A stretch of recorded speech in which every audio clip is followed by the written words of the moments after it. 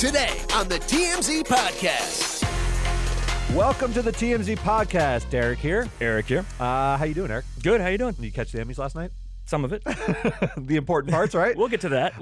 Well, let's start off first with Kim Kardashian and the Ray J saga. So this is now blown up in a pretty epic way. So the Kim Kardashian Ray J sex tape is from 2007. This is a very, very old 15 sex years tape. later, we are still talking about this. We are talking about it because many see it as the genesis of the Kardashian empire itself. It is. I think it's accurate to say that, right? I mean, if you take that sex tape out of the equation, we probably don't have the Kardashians as we know them today. That's right. They would have been socialites that faded away. That's right. And since it's such an important sort of moment in history for what is one of the largest brands in the world now, and the Hulu show that they recently launched built a storyline around that sex tape. You'll remember Kim Kardashian is sort of crying about it and insinuating that maybe during the filming of that she had fallen asleep or been unconscious at some point, and Ray J might have stuck something up her butt. Violated her. Yeah. Violated her. Well, Ray J is firing back. Ray J's very upset, and he wants to clear the record. And he went on a rant over the weekend where he said, look, here are all the receipts of what actually happened. Oh, the other thing that prompted this is Kris Jenner went on James Corden and took a polygraph. It looked like a bit, like who knows if it's a real polygraph. James Corden, he asked her, were you involved in it? Yes. Were you involved in the sex tape? Because there was always speculation getting that it sold she had and helped marketed sell and all it. that. Yeah. She says no. And the polygrapher says, gives give her a thumbs up. So she's telling the truth that she wasn't involved. Well, Ray J is now livid. This really sparked him. And he went out and said, of course she was involved. And we sold this sex tape to Vivid. So here's a little bit of the timeline. The sex tape comes out in 2007, shortly after it's discovered that there's a sex tape and it's leaking online. It was released March 14th, the exact date. March 14th. She sued Vivid. Kim Kardashian did file a lawsuit against Vivid. It's in February. So right before it came out. Right before the release. That so the sex tape then comes out in March. That lawsuit is dismissed and settled completely. It appears in April of 2007. In order for a sex tape to be released by a large company like Vivid, you need the consent of all the parties involved, or else that company would fold under very, very quickly. That's a grossly illegal whatever you think of Vivid, they are a legitimate company. They're not going to try and get sued by putting this stuff out there. So everyone said Kim must have signed off on the sex tape. Of course she did. Now, for her brand, she wanted to say, oh, my rights have been violated. Of course, I wouldn't sign off on my own sort of exploitation in this way. So that narrative is sort of carried through, and here we are in 2022. And now Ray J, upset about how this is being brought up again and had been quiet for years, says, look, here's the contract we signed. Look at the exhibit, which describes 3 sex tapes. By the way, we've only seen one sex tape. Yeah, and Kim said there wouldn't be a second one. Ray J's like, yes, there is, and you know there is. The handwriting analysis. Tell us about the handwriting analysis. Yeah, he has the handwriting of a letter that she wrote him, and he posted this like PowerPoint presentation comparing Kim's handwriting in that letter and the fingerprints on it to a list of the 3 different sex tapes, and says it's the same handwriting. She itemized basically what we did, where we did it.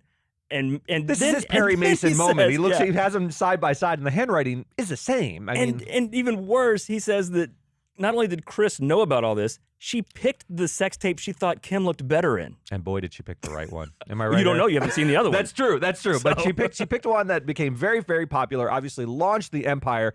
And Ray J is now sort of furthering this. He's threatened to sue people. He said, look, I want to sue everyone from the Kardashians to James Corden for running this. I doubt he will actually file these lawsuits, but he does want to clear this record. And now he's got even more receipts where he has an email that he is that we've obtained, which is from Vivid's honcho, Steve Hirsch. It's dated May 2007. Now the May 1st. May 1st. Now so the sex tape comes out weeks in after March, it came out. right? Yeah. So you have basically a month of revenue, and it's informing Kim. The email is to Kim Kardashian, and it says there's been more than $1.4 million in revenue just from that period from the sex tape, mostly from DVD sales. People were gobbling this up. You have to remember, 2007 is before the streaming age, so people in order to still buying get DVDs some good back porn, you got to buy the DVDs. So the tape is released on March 14th. This email is from May 1st, so not a long period of time, a month and a half, and it's made a ton of money.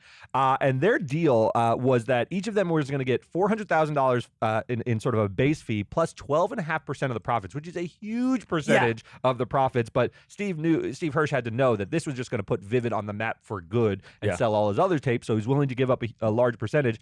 They made a lot of money off this off this tape. If the first month it has 1.4 million in revenue, and obviously things slow down over time, but this was a big moneymaker for pornography to sell that much. It's huge. And when you see whatever you think of Kim, when you see that email, it's like, here's your $400,000 plus your 12% and like 6 weeks.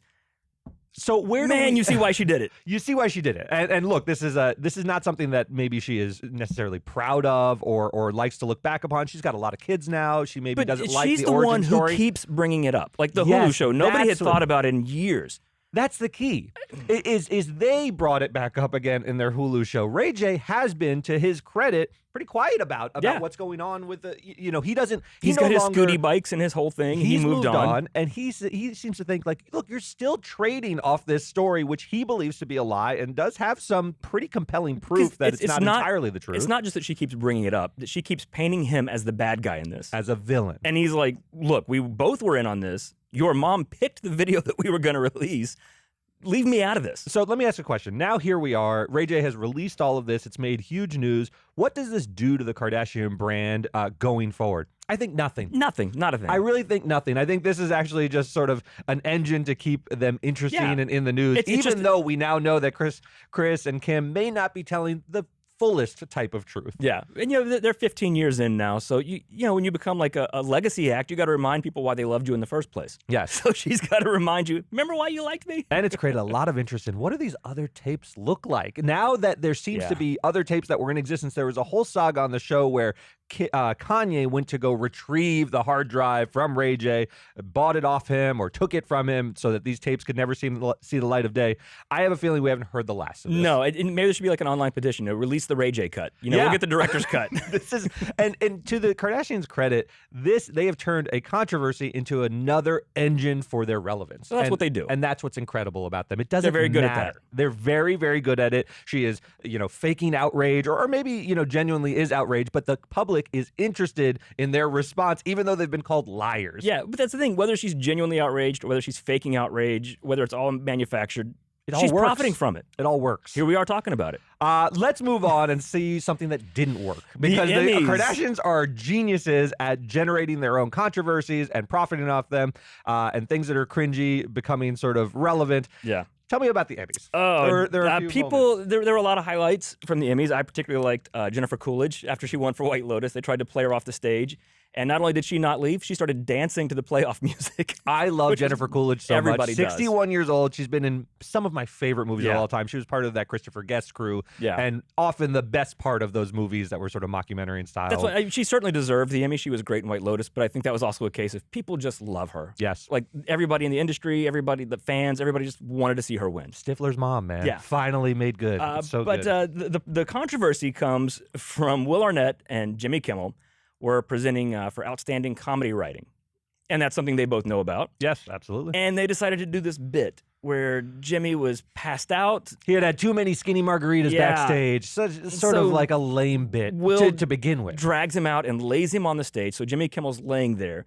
And Kinta Brunson from Abbott Elementary, she won for Best Writing. Great show as well. And she comes up and it's this moment, and she's having her moment, but she has to literally step over Jimmy Kimmel, who stayed there the entire time. Yes. And now people are dragging Jimmy Kimmel, saying this is white male privilege. Yeah, literally. Because he was literally dragged on stage. This is such a visual representation of black women who've achieved something and earned something literally have to step over a white man who won't get out of the way. Yeah, and people were talking about, she handled it perfectly, by the way. Extremely gracious. Yeah. She sort of wove him into the skit. But and she goes, Jimmy, wake up. I won. Right. Yeah. She was sort of like trying to pivot from it. The shots were interesting because they pulled in tight on her eventually, but originally they wanted to sort of play out the bit. So the shot of her winning the award initially includes Jimmy Kimmel, which is cringy. The moment is about her. The spotlight is on her. Now, I will say the Twitter sort of outrage machine is a little silly at times, because to me, Jimmy Kimmel is very clear about his politics and his his orientations on his views on these things, and it's clearly a bit that went wrong. He deserves some benefit of the doubt that this is just cringy. I don't think it had a was going to valence. win. Like when they were concocting this whole bit, they didn't know who was going to win. Right. Is it worse that Kinta Brunson wins and you have this visual of a black woman stepping over Jimmy Kimmel? Yeah, it's a very bad optic, especially a guy who famously wore blackface. Yes. Although, look, he has apologized profusely about those moments, but yes. I don't think it was any deliberate attempt on Jimmy Kimmel's part to sabotage a black woman's moment. Yeah. But that's what people are saying. That's the white male privilege thing of it, is that he didn't even think about it. Right. I'm going to do what I'm going to do, and you just operate around me and deal with it. Yeah, the optics, whether he meant it that way or not, it does come off that way. And that's what's interesting is the optics of this don't really take into account intentionality. Like, I think Will Arnett and Jimmy Kimmel didn't intend to have a moment that sort of stole the spotlight from Kinta Brunson, but that only feeds the narrative that they were so baked into their white privilege. White guy thing of I'm going to do what I want and you just work around it. I don't understand why there are still. Look, comedy depends on sort of walking a tightrope. That is where the humor is generated from. So if they play things too safe, you'll never have really brilliant comedic moments, and you'll have nothing but safe, lame comedy. But when they go for it and miss, and they get dragged, it creates the tendency to be a little gun shy and it'll chill their willingness to take risks like this. Now, this is a risk that didn't pay off. Yeah, some of these risks they could maybe not take. Yeah, this one was just lame. I mean, these are two titans. Will Arnett is from Arrested Development. Jimmy Kimmel's been around for a long time. He should have seen that this is just a lame bit. It's not even worth getting dragged on Twitter about, and sort of an unfortunate way. I do think it actually gave Kinta Brunson a bigger moment. Now this moment is being played more on the internet, so I think more people know that she won for comedy writing. It's a great show, and very, very happy for her. Does she and Jimmy know each other? It's interesting. She seems to have a familiarity with him. As a comedy writer, that's a very small circle. Yeah, she gave a shout out to Larry Wilmore, and that's a small, tight-knit group of like comedy writers, and she says he taught her everything she knows about comedy writing. So I imagine they've crossed paths at least. So it'll be interesting to see what if anything, she says if she calls off the Twitter mob, maybe? Or maybe she's like, yeah, I felt disrespected. Oh, geez. I hope if she piles on Jimmy, it would be an incredible way to continue this, but we'll have to see. Yeah. Let's move on to Giselle and Tom. So this saga, Giselle and Tom Brady. Tom played his first game, played pretty well. Tampa Bay won, but the controversy about what is going on in his personal life is ongoing. Yeah. So now people have found this. There's a recent interview in Elle magazine with Giselle. This is apparently before everything blew up and people thought their marriage was in trouble, where she's talking about him continuing his football career. Remember, Tom Brady retired in the offseason. It was supposed to be the end of the era. He was the GOAT. That was his second retirement, right? His second retirement. So he unretired. And he decided to come back and run it back. And we're now learning that this may have caused some strife in his marriage. So Giselle said about this, about him retiring and unretiring. She said, I've definitely had conversations with him over and over again, she said. But ultimately, I feel that everybody has to make a decision that works for them. He needs to follow his joy, too. Now, this sounds sort of magnanimous in a way, but you don't know the tone when you're reading an interview. How did she say these words? Because it sounds like, hey, he's got to find his joy. If she says it sort of in a way that seems generous of spirit, it could sound one way. But now that we know that things are going on behind the scenes, and she left him behind for a little while, took the kids away for a little bit. She's clearly over this. It seems like she doesn't want him to play.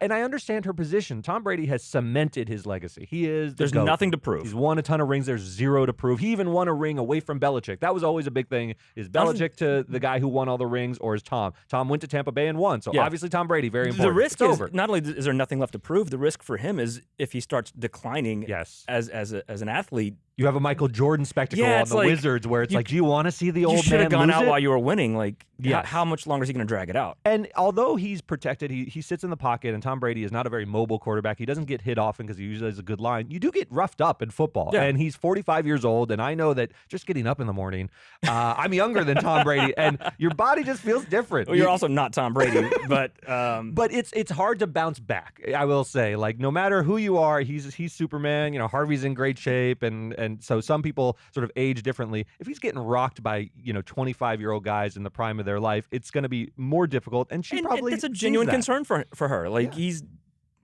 he's not getting any younger. Yeah, and they have young children who Yeah. Giselle probably wants him to be more present and help with the kids and so forth, and he doesn't need to. So in her mind, it's just like, what are we doing at this point? You're just sort of continuing to play. But from Tom's perspective, it's hard to let go. I mean, this is, there's a lot of life left to live. He's only 45 years old. The other side of the coin is, what am I going to do? Am I going to be a talking head on Fox? He's already signed that, so we know that's going to be his post NFL career is being a commentator. But all he knows is the camaraderie of a locker room. And so I get it. And is that, to be as, he's old for a quarterback, but he's still young for a human. So is that rough to be like, I'm not that old, and I'm sitting here watching people do this thing I love to do that I don't do anymore. That I feel like I could do. I mean, these guys' and I can do it egos, you have better. to imagine, is like, I'm the best at this. So I want to watch a quarterback wing it around and sort of throw interceptions and whatnot. So I get this conflict. I don't really know where it ends. I do believe this is his last season, no matter what. Regardless of what it does to his marriage, this is probably it. 45 is quite old to be throwing a football around. But I think this will level out. I really do. They seem to have a pretty sort of wholesome, stable family life. I think Giselle is upset, and maybe rightly so in certain ways, that he unretired, but it seems like they'll be able to smooth this out. I hope. I don't know why I sort of root for them as a couple, but I do. Yeah, the quarterback and the supermodel. You hope it works out for them. I sort of like them. I don't like I hope Aaron things go their Rodgers. way for once. I don't necessarily love his politics, but there's something about them that I just want him to make it. We've seen too many couples break up. Yeah, just those two crazy kids. I hope they can make it work in this world. I hope those two almost billionaires make it. Yeah. All right, bring us to a sad story. Sad story. PNB Rock rapper, he's only 30 years old, was shot and killed in L.A. at a Roscoe's Chicken and Waffles. Very famous restaurant in L.A. Yes. It was a robbery. He had posted a video earlier in the day showing off all of his jewelry, and that's the motive for this. Some people, very famous people, Nicki Minaj, one person, kind of coming out and blaming his girlfriend, the mother of his two children, saying that she posted a video of him at Roscoe's. And so what Nicki said was, after Pop Smoke, who was shot at a house party, she goes, after Pop Smoke, there's no way we as rappers or our loved ones are still posting locations to our whereabouts. To show waffles and some fried chicken, he was such a pleasure to work with. Condolences to his mom and family. Basically blaming her, saying she posted where he was on social media, so the shooter knew where to find him. A strange assumption built into this that people follow PNB Rock's girlfriend enough to sort of concoct this, but I understand the sentiment. After Pop Smoke, there was some thought that this could have been avoided, and even though it's a sad commentary on the state of security and the state of humanity, that posting your location, subjects you to that kind of danger. I understood the sentiment. Cardi B felt very differently, and she already has tension with Nicki, so I think there's that element in addition to the her two of them just drag not each liking other the constantly. sentiment. Yeah. There's always a battle between Nicki and Cardi. But so Cardi responded to that. She says, I highly doubt Nicki was looking at PNB's baby mom's Instagram. He was in a bad location and people stay outside plotting. It's very irresponsible and inconsiderate to blame her for something so tragic. We should be sending nothing but love to her and his family at this time. And she's right on that, because just to say that, you posting a video on Instagram got him killed is devastating enough for her. She's already going through the death of her. And now, the internet being the internet, people online are now like, oh, she plotted this to kill him to get his money. Like, they've made her, the mastermind behind the murder of the father of her children. At potentially her lowest point. Yeah, that's what I find horrible. Most horrific about the internet. Like, look, I don't know, and there is, there is room for speculation about things. I don't want to just sort of freeze the conversation, but she is dealing with a tragic moment right now. It seems. I think you're in wild conspiracyville if you think she plotted the murder of her. That's insane. It's so insane, and it does bring up what Cardi's saying, that just the insensitivity of just sitting by and sort of tweeting these things that spiral into sort of, they go viral, these comments, and then this woman has to deal with news alerts about people speculating that she just played from a role posting in a the video. death. And it's horrific. It's sad all the way around. And it's sad to think that for rappers or any celebrity or anyone at this point, you do have to think about posting where you are. Like, whoa, we've covered this with Kim Kardashian. Remember, she flashed all the jewels, and people thought that was behind the heist in Paris, where they broke in, tied her up, put her in a bathtub, and stole all her jewels. And it may have been some of those, burglars or robbers were actually interviewed and said, we saw her flaunting her jewels, and we're from a certain ilk, and we decided to take them from her. Yeah, but that's even as like non-celebrities. You think like, I don't like post things on vacation, because then you're just telegraphing to people I'm not home. Yes. And I guess this is still the world getting used to sort of the omnipresence of social media and its real effect on sort of how you conduct your regular life. But there's a time and a place to have these conversations. I think immediately after this guy is killed in a restaurant, I don't think is the time to sort of shift blame to his girlfriend. Now, whatever takes place in the investigation, these things need to breathe a little bit. You need to actually have law enforcement come in and conduct an ordinary investigation. And if something turns up that there's some truth to this, or I doubt it, there is a conspiracy involving his girlfriend, sure, bring that to light. Yeah. But to do it on Twitter is irresponsible, and it's quite insensitive. And to lay all the blame at her feet, that's not like I'm victim blaming here, but he also posted videos of him with all of his jewelry that day. So nobody should ever post anything. It's a really sad situation, though. This was broad daylight when this happened, by the way. This was just, someone tried to take his jewels or whatever he was wearing and shot him in a restaurant. I find it abhorrent. It's ultimately, really he was difficult. only 30. He had 2 small children who now don't have their father. I think it's just a sad situation. And blaming her just seems like the wrong way to go. Yeah, it's awful. So let's move to I wouldn't say a happier story, but a good sort of announcement for this podcast. So this is a little bit personal to me. My father passed away in 2015 from colon cancer, and Ryan Reynolds and Rob McElhenney are filming their colonoscopies, which is one of the greatest preventative care, things that we have available to us in society that I don't think a lot of people know about. They're both 45. They're 45. We're men of a certain age. I've had a colonoscopy because I had it early. Not, but you start being aware of it. So there's nothing to them. You're put out and then you wake up and someone's been in your butt. I mean, there's really nothing to it. Now the bad thing for you is that you weren't at a hospital. I did. This is true. So they're launching they're calling it Lead from Behind. They're doing it typically tongue in cheek. Tongue in the other cheek. And so Ryan Reynolds and Rob McElhenney are videotaping the process of their colonoscopy to spread awareness for proper cancer prevention. Ryan, it's the first time you've had a colonoscopy. Yeah. And filming it. You're filming it, which it's awful. You did such a good prep that I was able to find an extremely subtle polyp that was on the right side of your colon. This was potentially life-saving for you. I'm not kidding. I'm not being overly dramatic. I mean, love it. This is exactly why you do this, okay? You had no symptoms. Yeah.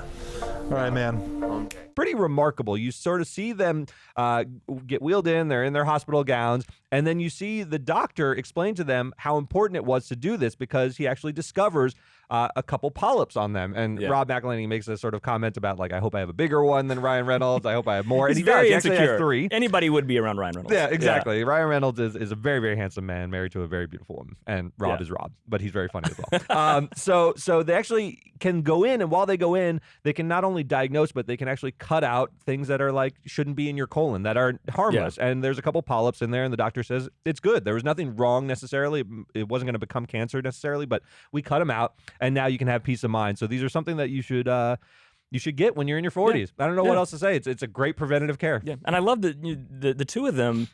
They have such good chemistry between the two of them, Ryan and Rob. They met online and became friendly, and then they have this show now, Welcome to Wrexham, where they bought a football club, soccer club in Wales, and they didn't. That's the plot of the show, or did they buy? They did. It's a reality show. So this is the show is now them. They did buy this team. This documentary of them trying to figure it out after the fact.